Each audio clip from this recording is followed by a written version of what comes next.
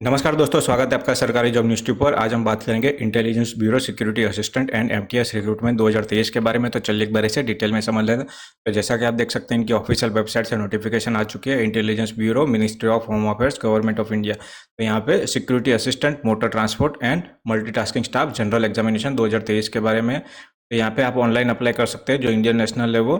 तो यहाँ पे पोस्ट रहेगी security assistant, motor transport, SAMT and multitasking staff, general MTS general. तो यहाँ पे आप वैकेंसी देख सकते हैं। तो यहाँ पे सिटीज़ के हिसाब से, स्टेट के हिसाब से वैकेंसी है। तो यहाँ पे सब्सिडरी इंटेलिजेंस ब्यूरो, तो यहाँ पे अगरतला है, अहमदाबाद है, अमृतसर, बेंगलुरु, भोपाल, भुवनेश्वर, चंडीगढ़, चेन्नई। तो इस तरह से आप यहाँ पे चेक कर सकते हैं। तो ये रैंक है SAMT और MTS जनरल, तो जैसा कि हम यहाँ पे चेक कर चुके हैं। तो यहाँ पे unreserved, OBC, SC, ST, EWS और टोटल वैकेंसी। तो यहाँ पे अनरिजर्व की 4 वैकेंसी है, SC की 1, ST की 1। तो यहाँ पे 6 वैकेंसी होती है। तो इस तरह से आप यहाँ पे चेक कर सकते हो।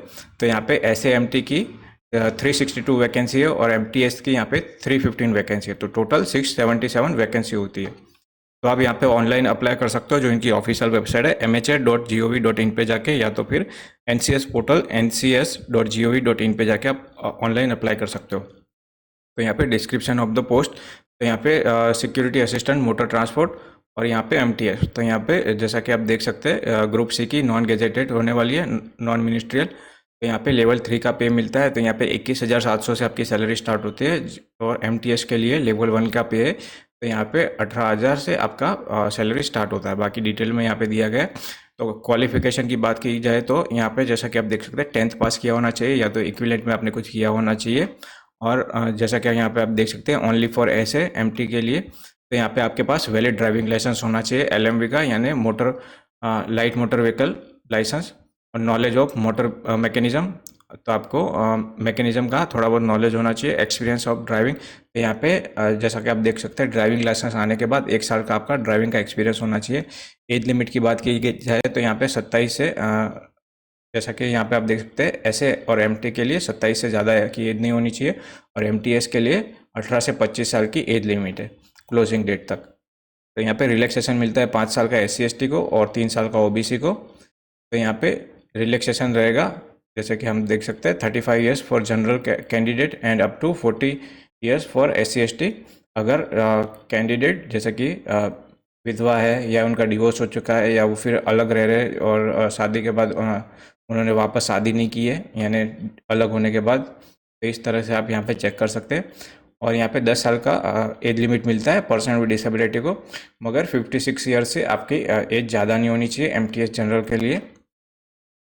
तो यहाँ पे सर्विस लाइबिलिटी, तो यहाँ पे देयरफॉर द कैंडिडेट विलिंग, तो यहाँ पे आपको इंडिया में कहीं पे भी सर्व करना पड़ सकता है, यानी आपकी पोस्टिंग कहीं पे भी हो सकती है इंडिया में।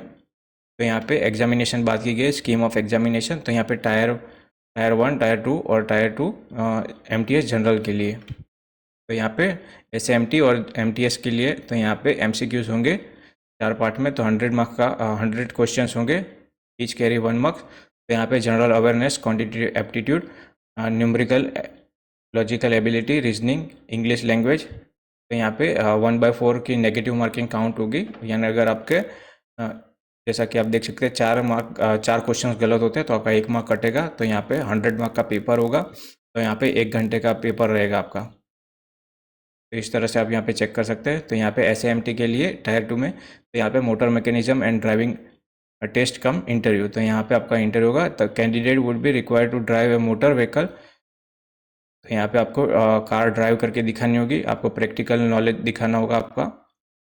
तो इस तरह से आप यहाँ पे चेक कर सकते हो। तो फिर यहाँ पे टायर 2 का है MTS जनरल के लिए, तो इंग्लिश लैंग्वेज होगी, description test on English language and comprehension. तो यहाँ पे basic of English language, vocabulary, correct grammar. तो इस तरह से आप यहाँ पे चेक कर सकेंगे। तो यहाँ पे 1 घंटे का पेपर होगा, 50 मार्क का।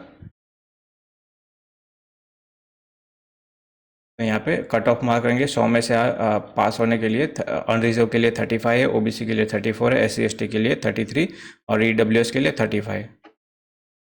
तो इस तरह से आप यहाँ पे देख सकते हैं। तो यहाँ पे सिटी ऑफ एग्ज़ाम, तो यहाँ पे आपको चॉइस दी जाएगी सिटी ऑफ एग्ज़ाम चूज़ करने के लिए। तो कैंडिडेट को 5 ऑप्शन दिए जाएंगे, 5 में से वो किसी भी सिटी को चूज़ कर सकते हैं। हाउ टू अप्लाई, तो यहाँ पे आपको ऑनलाइन अप्लाई करना है।